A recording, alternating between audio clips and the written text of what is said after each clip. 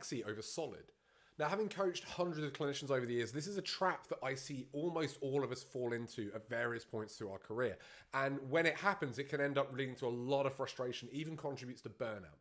So here's what I mean by that. Choosing sexy over solid is what happens to many of us when we want to try and become better practitioners, become better chiropractors. And in order to do that, there's loads of different things you go out and learn. There's loads of seminars, loads of techniques, loads of courses.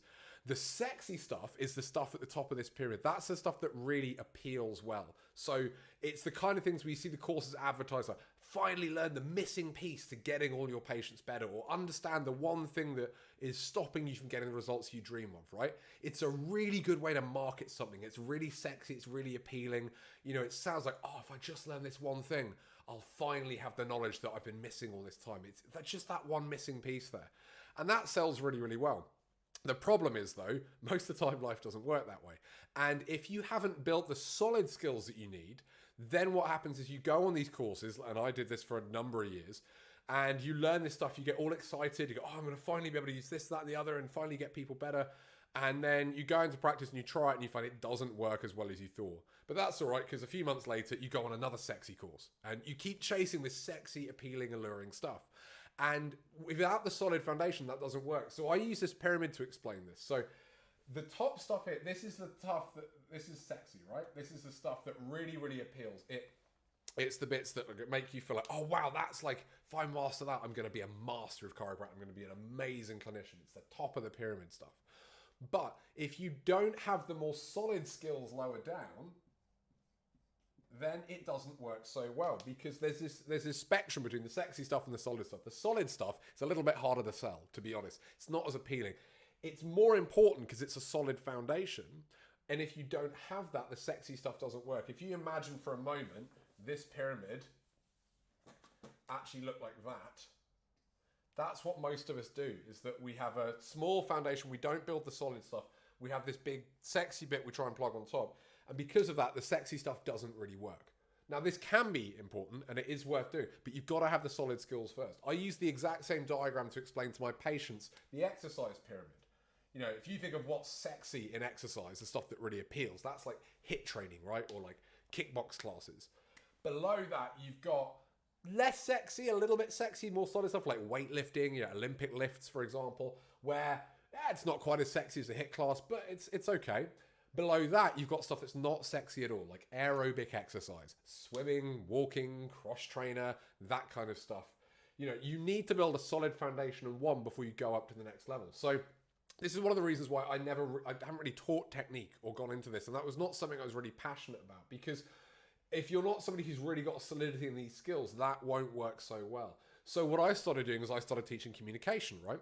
And communication's great because when you learn how to communicate with your patients really well, you can build sexy skills on top of that. You can get your ALT, your DNS, your SOT, all the abbreviations, all the letters. You can do that and you've got it on a solid foundation. But one of the things I found having taught communication for years is that's not the really solid stuff. Like, it definitely makes a difference. And between the two, you want to make sure you've got your communication dialed down before you go for the sexier stuff. But there's this level below that. That's resilience, your mental resilience. Essentially, this is your mindset. Because if you don't get this right, this is what I fell into pretty quickly. I thought teaching people communication was just teaching them a few skills. And what I found over time was that people who had a solid mindset, they build the communication on that, that worked really well. But people who didn't, it was a lot like if you just remove this bit. So now we have this big pyramid on top. They've learned the communication. They can learn the sexy skills. They didn't have their mindset dialed in. They still had imposter syndrome. They still had certain anxieties. They still didn't feel very confident with patients.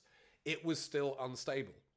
So because of that, that's why it's really, really important. I've learned this over time and I now coach people around the mindset side of things. If you don't build the solid skills first and give yourself that really good foundation, it might not be as sexy.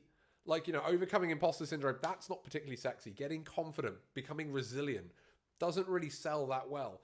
But without that, this stuff doesn't work. When you get that, you can build this a lot easier. When you've got that solid foundation, the communication stuff just works a lot better. And when you've got a great mindset and you can communicate really well, those sexy techniques really do work and you'll get far more out of them.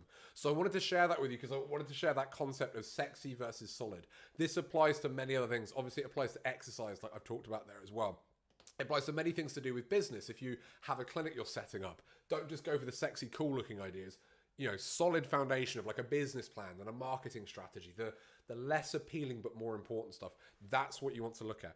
If you would like some help with this, this is what I'm going to be launching very, very soon. So in the next week or so, I'm going to be launching a brand new course, really focusing on this solid level here. This is about building a bulletproof healthcare mindset. It's called Professional Resilience. It's about making sure you have the confidence, you have the mindset and the internal strategies and foundation right, so that then if you want to go and learn communication, or maybe you've got that dialed in, you want to learn some of the sexier techniques, it will work a lot better, it will last a lot more. You won't be frustrated, you won't get jaded, and you won't be like these people that I see more and more on social media these days saying, no CPD excites me. What are you guys doing for CPD? None of it really appeals. It all looks like it's more of the same. I'm just not interested in it anymore. Those are people who kept trying to build the sexy without building the solid. And this kept falling over. And over time, they get bored and they get jaded and they get frustrated and practice isn't enjoyable anymore. I want to make sure that never happens for you, because I've been heading down that path myself in the past and it's not a fun place to be.